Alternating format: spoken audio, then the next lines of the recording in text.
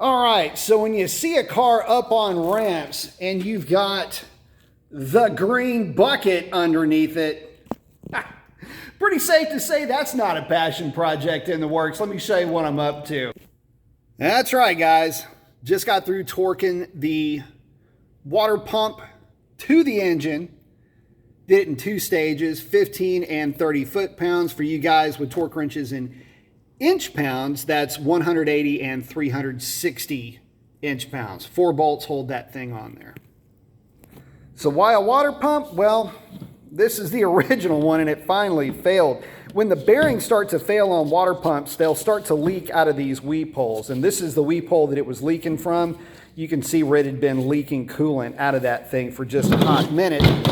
There's the other weep hole right there. It'll either leak out of the bottom or the top. In this case, mine was leaking out of the bottom.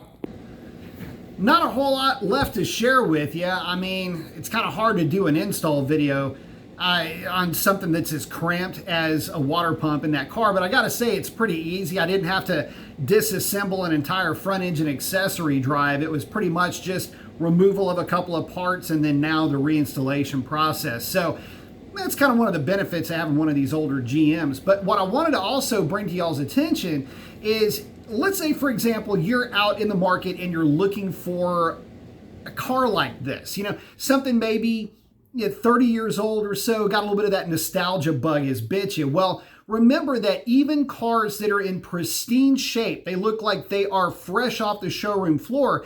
If they're all original, a lot of times, or with low mileage at least, a lot of times what'll happen is they'll suffer from garage rot. And basically what that means is even though the parts don't have any real mileage on them, they can still fail. Just the simple lack of use can actually lead to deterioration or corrosion that will then lead to rapid deterioration once you start putting that car back on the road. So if you're thinking about getting an older car, some things that you're going to want to budget are hoses, belts, water pumps, alternators, fuel pumps, carburetor rebuild. If you're talking about an older car, maybe a fuel pump, if it's a fuel injected car, probably a good idea there, as well as total fuel system overhaul in some cases.